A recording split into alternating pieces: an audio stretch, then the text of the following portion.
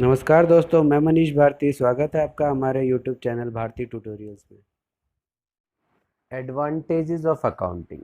पहला एडवांटेज है helpful in management of business. मतलब कि अकाउंटिंग जो है वो बिजनेस के मैनेजमेंट के लिए बड़ा हेल्पफुल होता है। और किस चीज़ में हेल्प करता है? तो पहला है प्लानिंग, दूसरा है डिसीजन मेकिंग और तीसरा है कंट्रोलिंग। प्लानिंग में क्या है कि अगर कंपनी प्लान कर रही है कि फ्यूचर में क्या सेल्स होनी चाहिए, या फ्यूचर में जो हमारे एक्सपेंसेस है वो कितने होने चाहिए, फ्यूचर में जो हमारी कैश की रिसिप्ट्स है वो कितनी होंगी, या फ्यूचर में जो हम कैश पेमेंट्स करेंगे वो क्या होंगे, कितने होंगे, तो उसकी प्लानिंग में अकाउंटिंग हेल्प करता है। दूसरा है डिसीजन मेकिंग। मतलब कंपनी चाहती है कि ये डिसीज़न लेना है कि जो उसका सेलिंग प्राइस है प्रोडक्ट का वो क्या होना चाहिए फ्यूचर में, या कस्टमर्स को वो डिस्काउंट दे तो कितना दे। इस बात का अगर डिसीज़न लेना चाहती है तो उसके लिए भी हेल्प करेगा अकाउंटिंग। और कंट्रोलिंग, मतलब कंपनी देखना चाहती है, मैनेजमेंट ये देखना चाहती है कि जो वेस्टेजेस हो रहा है मटेरियल का, या कोई खर्चा अगर ज़्यादा हो रहा है, ओवर स्पेंड कर रहे हैं हम किसी चीज़ के ऊपर, तो उसको कैसे कंट्रोल किया जा सकता है। सेकंड है provide complete and systematic records. मतलब अकाउंटिंग का एक फ़ायदा ये भी है कि अगर हम अकाउंटिंग करते हैं तो हमारे पास एक तो सारे के सारे कंप्लीट रिकॉर्ड्स होंगे, और दूसरा सिस्टमेटिक वे में रिकॉर्ड मेंटेन किया गया होगा। नेक्स्ट है इंफॉर्मेशन रिगार्डिंग प्रॉफिट और लॉस। अगर प्रॉफिट और लॉस से रिलेटेड इन्फॉर्मेशन चाहिए तो हमें क्या करना पड़ेगा? अकाउंटिंग करनी पड़ती है। तो अकाउंटिंग करने का एक फ़ायदा है कि हमें जब भी प्रॉफिट या लॉस चाहिए होता है तो हम इजीली वो हमें मिल जाता है। नेक्स्ट है information regarding financial position. Accounting करने से ये भी फ़ायदा है कि अगर हमें अपनी फाइनेंशियल पोजीशन जाननी है कि आज की डेट में हमारी क्या स्थिति है, कितनी एसेट्स हैं हमारे पास, कितनी हमारे पास लाइबिलिटीज़ हैं, तो वो भी हम जान सकते हैं। Enables comparative study. इसका एक फ़ायदा ये भी है कि हम कंपैरेटिव स्टडी कर सकते हैं, कंपैरिजन कर सकते हैं। किसका?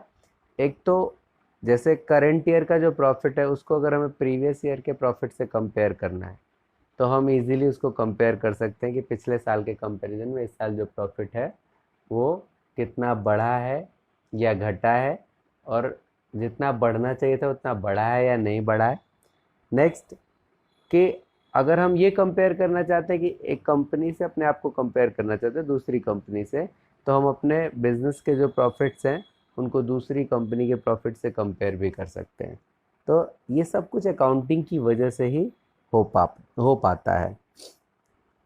नेक्स्ट है helpful in assessment of tax liability. मतलब अगर हमें अपनी टैक्स की लायबिलिटी असेस करनी है या कैलकुलेट करनी है तो उसके लिए प्रॉफिट चाहिए होगा, और प्रॉफिट तभी मिल पाएगा जब हमने अकाउंटिंग की होगी। तो अकाउंटिंग करने का एक फ़ायदा ये भी है कि हमारे पास नेट प्रॉफिट्स होंगे या प्रॉफिट्स होंगे जिसके बेस पर हम टैक्स की लायबिलिटी कैलकुलेट कर सकते हैं। नेक्स्ट है एविडेंस इन लीगल मैटर्स या evidence in court.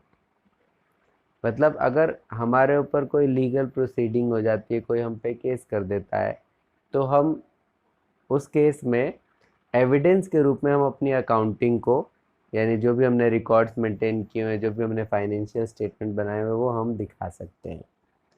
Helpful in raising loans. अगर हम लोन लेने जाते हैं बैंक के पास, मतलब कंपनी के लिए लोन लेने जाते हैं, तो बैंक हमसे मांगेगा हमारी अकाउंटिंग।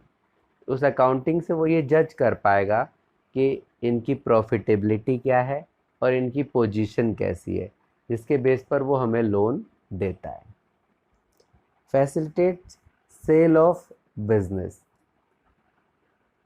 मतलब अगर हम अपने बिजनेस को सेल करना चाहते हैं, अपने बिजनेस को अगर सेल करना चाहते हैं तो पहले तो हमें ये पता होना चाहिए ना कि हमारे बिजनेस की वैल्यू क्या है। तो वो कैसे पता चल पाएगी? अगर हमने अकाउंटिंग की होगी तो हमारे पास हमारे एसेट्स, लायबिलिटीज़, इनकी वैल्यू होगी, जिससे कि हम अपने बिजनेस को वैल्यू कर पाएंगे कि कितने में इसको हमें बेचना चाहिए। नेक्स्ट है हेल्पफुल इन पार्टनरशिप अकाउंट। अब पार्टनरशिप अकाउंट में तो क्या होता है, एक से ज़्यादा लोग मालिक होते हैं, तो अगर प्रॉफिट में कुछ गड़बड़ होती है तो ज़्यादा दिक्कत, लड़ाई झगड़ा हो सकता है आपस में पार्टनर्स में। तो अगर अकाउंटिंग की गई होगी तो सारे रिकॉर्ड सामने होंगे, सारे फैक्ट सामने होंगे, तो इसमें किसी भी पार्टनर को कोई दिक्कत नहीं आएगी, क्योंकि उन लोगों के पास सारे के सारे जो भी रिकॉर्ड्स हैं वो सामने होंगे। तो ये तभी पॉसिबल है जब अकाउंटिंग की गई होगी। Helpful in prevention and detection of errors and fraud. कोई एरर या कोई फ्रॉड अगर हुआ तो उसका पता कैसे लगाया जाएगा, उसको रोका कैसे जा सकता है। अगर अकाउंटिंग करेंगे तो ये सब चीज़ें पॉसिबल है, यानी कि पता लगाना एरर और फ्रॉड का और उसको रोक सकते हैं। Replaces memory. अकाउंटिंग करने की वजह से हमें कोई भी चीज़ याद नहीं रखनी पड़ती। मतलब अगर हम एक आध ट्रांजेक्शन होती है तो उसको याद रख सकते हैं, लेकिन ज़्यादा नंबर ऑफ ट्रांजेक्शन हो, 100 हो, 200 हो, 500 ट्रांजेक्शन हो, 1000 ट्रांजेक्शन हो, तो उनको हम याद करके नहीं रख सकते। तो अगर हमारे पास उनका रिकॉर्ड होगा, यानी कि हमने अकाउंटिंग कर रखी होगी, तो हम कभी भी उसको इजीली एक्सेस कर सकते हैं। जब हमें चाहिए होगा तो इजीली हमारे पास अवेलेबल हो जाएगी इंफॉर्मेशन। नेक्स्ट है लिमिटेशन ऑफ अकाउंटिंग। मतलब अकाउंटिंग की कुछ लिमिटेशंस भी होती हैं, कुछ कमियां भी हैं अकाउंटिंग में। तो पहला क्या है, इन्फ्लुएंस्ड बाय पर्सनल जजमेंट। मतलब कई बार ऐसा होता है कि जब हम अकाउंटिंग कर रहे होते हैं तो उसमें हम अपनी पर्सनल जजमेंट रखते हैं। मतलब कुछ ऐसे डिसीजंस हमें लेने पड़ते हैं जो पर्सनल लेवल पर ही, यानी पर्सनली उसको जज करना पड़ता है। तो ये पर्सन टू पर्सन वेरी करेगा। तो इस वजह से हो सकता है कि जो अकाउंटिंग के रिजल्ट्स हों वो एग्जैक्टली ना सेम ना हो या सही ना हो। दूसरा है based on accounting concept and convention. जो हम अकाउंटिंग करते हैं वो बेस्ड होती है अकाउंटिंग कंसेप्ट्स और कन्वेंशंस के ऊपर, जिसकी वजह से कई बार क्या होता है कि जो हमारी प्रॉफिटेबिलिटी है, हमारी जो पोजीशन है, वो रियलिस्टिक नहीं हो पाती। मतलब जो हम प्रॉफिटेबिलिटी या प्रॉफिट दिखाते हैं, जो हमारी फाइनेंशियल पोजीशन हम शो करते हैं, वो रियल में सेम नहीं होती। कैसे, जैसे मान लेते हैं कि जो फिक्स एसेट्स है, जब हम उसको शो करते हैं बुक्स में तो गोइंग कंसर्न बेसिस पे दिखाते हैं। अब कई बार क्या होता है कि फिक्स एसेट्स की जो वैल्यू है, हम कॉस्ट में से उसका जो डेप्रीशिएशन है वो लेस करके दिखाते हैं, जबकि उसकी मार्केट में वैल्यू कुछ और ही होती है, लेकिन हम उसको शो नहीं कर सकते। तो ये सब दिक्कतें आती हैं क्योंकि हमें अकाउंटिंग कंसेप्ट और कन्वेंशंस को फॉलो करना होता है। फिर है इनकम्प्लीट इन्फॉर्मेशन। मतलब इसमें क्या है कि हम इसमें सिर्फ वही इन्फॉर्मेशन दिखा पाते हैं जो रिलेटेड टू प्रॉफिट लॉस है, या जो रिलेटेड टू बिजनेस मतलब जो business transaction in terms of money है, सिर्फ हम उन्हीं को शो कर सकते हैं। और भी बहुत सारे ऐसे फैक्ट्स होते हैं या ऐसे बहुत सी चीज़ें होती हैं बिजनेस में जो बिजनेस के प्रॉफिट को इन्फ्लुएंस करते हैं, लेकिन हम उनको शो नहीं कर सकते। जैसे स्ट्राइक हो गया, या मान लेते हैं कि रॉ मटेरियल की शॉर्टेज हो गई। तो ऐसे बहुत सी चीज़ें होंगी जिसकी वजह से प्रॉफिट इफेक्ट हुआ होगा, लेकिन इन सब चीज़ों को हम दिखा नहीं सकते बुक्स में, अकाउंटिंग में इसको शो नहीं करते। नेक्स्ट है ओमिशन ऑफ क्वालिटेटिव इंफॉर्मेशन। मतलब हम जो अकाउंटिंग करते हैं उसमें सिर्फ क्वांटिटेटिव इंफॉर्मेशन शो करते हैं, उसमें क्वालिटी का कोई भी इंफॉर्मेशन हम प्रोवाइड नहीं करते। मतलब कि मान लेते हैं जैसे कि हमने फर्नीचर खरीदा, तो फर्नीचर कितने का खरीदा वो अमाउंट तो हम दिखाते हैं, लेकिन फर्नीचर की क्वालिटी क्या है, किस कंपनी का फर्नीचर है, ये हम शो नहीं करते। नेक्स्ट है बेस्ड ऑन हिस्टोरिकल कॉस्ट। मतलब जो हमारी अकाउंटिंग है वो हिस्टोरिकल कॉस्ट पे बेस्ड है।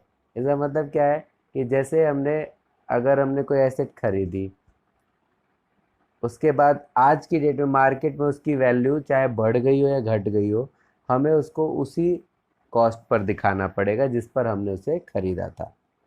नेक्स्ट है अफेक्टेड बाय विंडो ड्रेसिंग। तो विंडो ड्रेसिंग का क्या मतलब होता है कि जैसे अगर हम अपने घर को दूसरों को दिखाना चाहते हैं, तो जैसा हम अपनी खिड़की को दिखाएंगे वैसे ही लोग उसके बारे में राय बनाएंगे। तो वैसे ही क्या होता है कि जो अकाउंटिंग है उसको मतलब उसमें रिकॉर्ड्स को मैनिपुलेट किया जा सकता है, अकाउंट्स को मैनिपुलेट किया जाता है। तो कई बार क्या होता है कि एक्चुअल में पोजीशन कुछ और होती है, हम दिखाते उससे अच्छा है या उससे बुरा है, तो जैसे मर्जी हम दिखा सकते हैं, इसलिए इसमें ये अफेक्टेड होती है बाय विंडो ड्रेसिंग।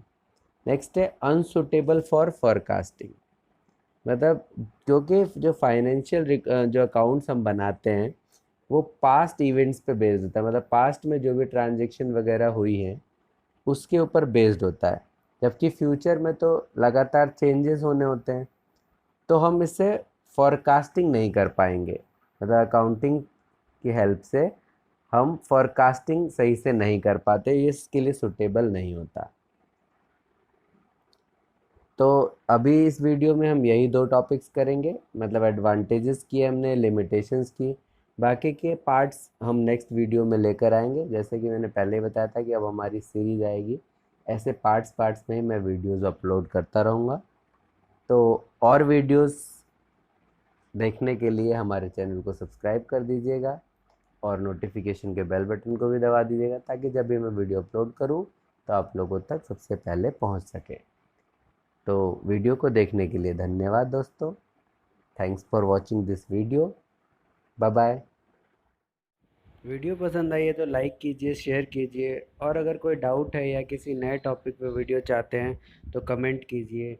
धन्यवाद दोस्तों। जय हिंद, जय भारत।